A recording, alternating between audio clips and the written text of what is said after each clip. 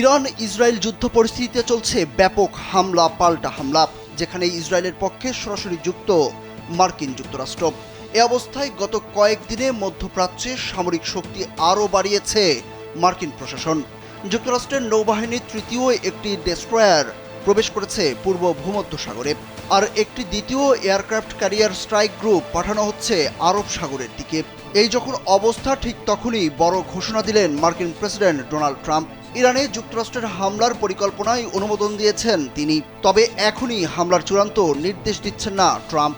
মূলত ইরান শেষ পর্যন্ত তাদের পারমাণবিক কর্মসূচি পরিত্যাগ করবে কিনা এটি দেখতে অপেক্ষা করছেন তিনি।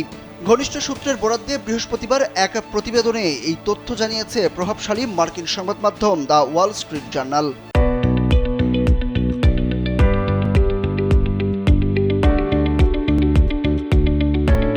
সংবাদ মাধ্যমটি বলছে, মার্কিন প্রেসিডেন্ট ডোনাল্ড ট্রাম্প মঙ্গলবার রাতে তার শীর্ষ উপদেষ্টাদের জানিয়েছেন তিনি ইরানের বিরুদ্ধে সামরিক হামলার পরিকল্পনায় অনুমোদন দিয়েছেন, তবে এখনই হামলার চূড়ান্ত নির্দেশ দিচ্ছেন না।